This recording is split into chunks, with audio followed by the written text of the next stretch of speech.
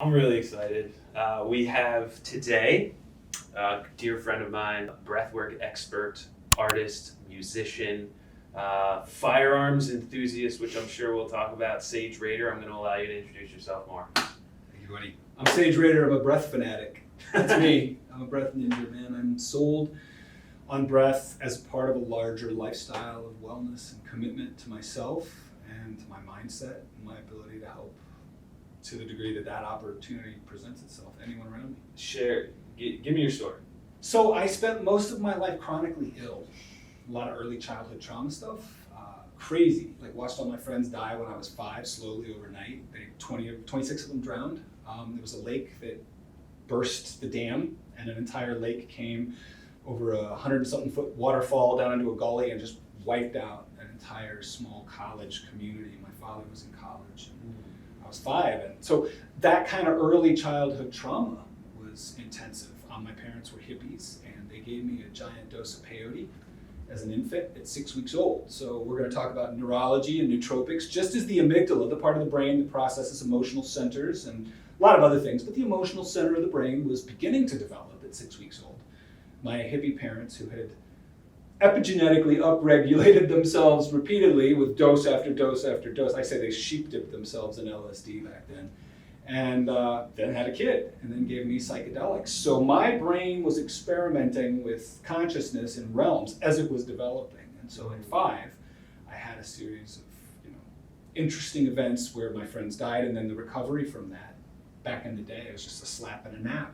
Back to school and on you go. So when you have that kind of compounded childhood trauma, what happens is there's a chronic thing. It just happens. Your immune system's always switched on. You think someone or something's always trying to kill you, and you're always upregulated. Well, that has a very deleterious effect. So I have CIRS, chronic inflammatory response syndrome, that's brought on by mold exposure, and mold exposure and biotoxin illness is complicated because those biotoxins that live are produced by the bacterium and the microbes in the body are incredibly toxic. Mm-hmm. And so brain and body function is massively affected. And so in trying to deal with the chronic inflammatory response syndrome, then I also discovered that I have POTS, postural orthostatic tachycardia syndrome. Mm-hmm. Just keep adding a lot, and then this, and then this, and then this, and then this, and then this. Over time, the funnel packs full, and the body just gives up. Yeah. So early on, I discovered relief with hot-cold exposure. Before it got trendy and cool, I would go to the Russian-Turkish baths 25 years ago. I suddenly realized my allergies were gone, so I'm allergic to everything. There's not a food that doesn't send my system into some kind of massive effect. So again, when food even is perceived by your body as poison, drinks are poison. Like my body just thought everything that I put into it for most of my life was trying to kill it, and I discovered hot cold before I discovered breath. Cut 2, traumatic brain injury. I'm on a job on a Native American reservation, which happened sovereign nation status, so I haven't seen a penny from anyone else's negligence, but it was a workers' comp related injury on a Native American reservation, and I had a counter coup where I smacked my head in the back of my head, dropped like a ton of bricks, just like a sack of flour, and then I smacked the back of my head. Mm-hmm. So traumatic brain injury right there. Mm-hmm. Just knocked me right out. I spent a year in bed. I was misdiagnosed, cleared to go back to work immediately. People had no idea what was going on. Then I was given a fusion surgery that I probably didn't need, with an implant that was only being paid for and put in my neck because workers' comp and the doctor and the surgical company that made it. Like, it was just a really, there was a surgery that wasn't needed with an implant known to be inferior, and the science around that implant was owned by the company that made it. And that was nothing but opioids, muscle relaxers, NSAIDs, non-steroidal anti-inflammatories, just piles and piles of pills. I blew up to over 300 pounds, close to 320. I spent an entire year in bed, sludgy and hypoxic, and I almost died. And I was given an opportunity to borrow a bunch of money, come back to life. I went and saw a doctor that did integrative, holistic pain management. How did you find that person? It's funny, just before we had left New Mexico, I had been working with her in a different capacity, professional capacity, so I knew her as a colleague and client in a different regard. Mm-hmm. And I just happened to kind of get this Hail Mary notification as I was not eating or keeping down water even. I was in bad shape, I was ready to die. And I was giving up. This lady said, I'll take him.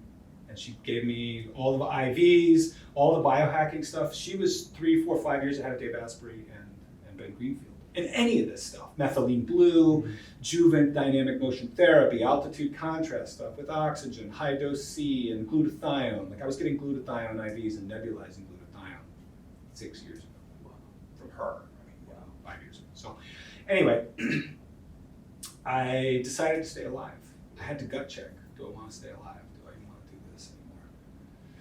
And I did. So I went through that process and I lost an enormous amount of weight. I figured out how to breathe. I had no formal training, but she taught me some basic Kriya breath. And Kriya is a type of yoga based on very, very esoteric Indian principles. It's not scientifically vetted in the way that some more traditional breathing mechanisms and tactics and techniques are vetted by science. But it was very mystical. And it engaged my brain and my mindset, and it was that spirit component that we can't quantify in science, the thing that makes us cry at music and have emotions that we can't quantify. There's something, we call it spirit or energetic, that's more like quantum physics realm. We can't prove it, we can't even always observe it, but we can feel in our nervous system. Which is how I think we feel, we get that impression. So what did you feel that first time you did breath that like opened up the curiosity? Okay, so I felt power. And I felt a charge of energy in my system, unlike anything I'd ever felt. And being a trauma survivor as a child, I was quite used to huge energetic charges. Yeah. This was different. Yeah. Having a charge in my system that felt beneficial, that gave me power, didn't drain me of energy and leave me feeling adrenaline dump, exhausted afterwards. I had never been able to emotionally regulate or control some of the underdeveloped emotional centers of my brain based on upbringing and peyote and just not having a healthy emotional environment. And what does, so Pandora's box gets opened and then what happens? So then I decided to live with vengeance. Okay. I went and borrowed a lot of money on credit cards to go and buy the exact equipment that I could afford, as I could afford it, one piece at a time, that doctor had. Okay. And I decided to devote my entire life to this epic quest, which seemed like a video game at the time, but it was so serious because they had pronounced me really not good. And nobody really believed I would be anything other than a derelict. Like a 300-pound guy in a wheelchair with a failed fusion. You know what I mean? Like that guy early first in line at the airport. It's just like, we've all seen those people. Yeah. And that was me. And I had no hope of recovering. And I was like, all right, fuckers. This is it. And I got 3 books. Okay. 3 books. If you only need 3 books, and this is what my healing method is around. And it was kind of like a martial art. Like it was a very angry healing. It wasn't like a healthy, love and light. And this is where my healing journey, now I have to undo some of the shitty healing I did on my way up because it was very angry. It was more like Beatrix Kiddo and Kill Bill. I had a list of names and institutions and people and motherfuckers that were gonna get got. And that was it.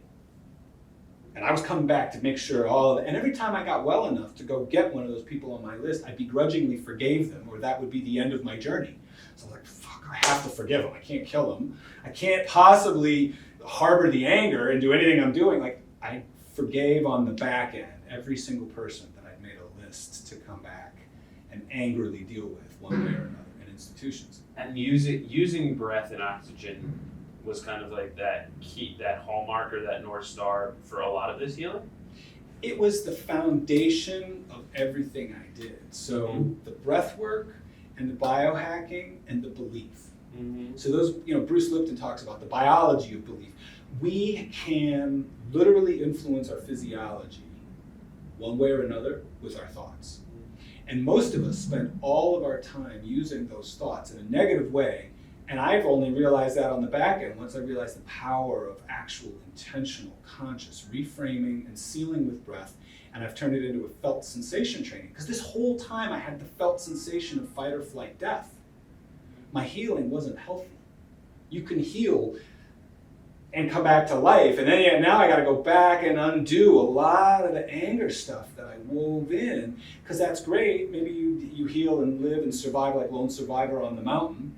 And you come down off the mountain like that Mark Wahlberg movie, you made it. Well, now what? You got to be around women and children, the old people. I was not fit for public contact for a lot of time because I was in a delusional state. And that delusional state provided a sufficient cocoon for me to come back and decide that even if it killed me, the pain that I was in was not going to get in the way of my healing. So even with all of the negative stuff that I'm not advocating, by the way, that anybody go out and do, that we heal angrily and then on the back end go and try and discover forgiveness and then undo some of the energetic agreements that I made along the way. Not advocating that, but it kept me alive. Yeah. And now what I'm doing is I'm using felt sensation training to bring that felt sensation of safety, of joy, of peace.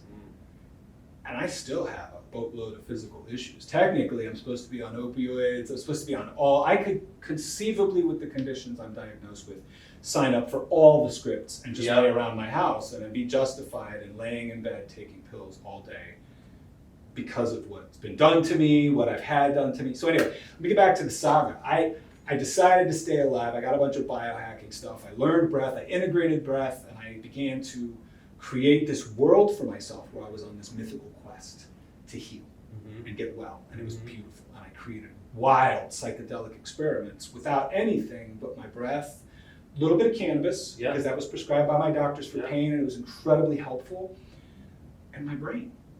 And I created the ability to go do CrossFit on-ramp with 3 millimeters of travel between C5, C6. So the implant was still rattling around.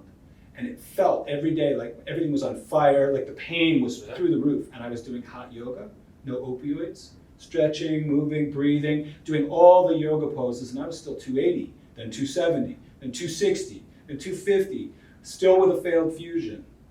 Still like not okay, and in blinding pain, the kind of pain that's not even pain, it's just pure sensation. And it sends your brain on fire. But I figured out how to regulate it with my breath. And I did hot yoga, CrossFit on-ramp, I exercised, I lost, and then I would just lay around and cry because it hurt so bad. I would lay on my biomat, this infrared mat, and I would lay there and I'd listen to Bach. I only listened to Bach for a year. Nothing but Bach. Nothing. Bach for an entire year. Why not? And I would weep. Because there's something energetically about harmony and symmetry and resonance, and the Baroque period, particularly Bach, more than any composer, brings symmetry and proportion. And I needed that symmetry and proportion and coherence between parts and balance in the music to help my energetic field find balance and coherence between parts. And so music that was angry or dissonant, I still can't watch movies where people get hurt. I can't enjoy violence. I watch almost nothing. I don't watch media, I make media, but I keep what I put in my head very, very carefully curated and sacred, because movies, like I mentioned before with the mirror neurons, my body doesn't know if that's happening. When you've been through the kind of trauma and you have the kind of training and you get activated like I do, that's not fun. That's not entertaining, it doesn't bring me peace or joy. So I kind of live in a very hermetic bubble.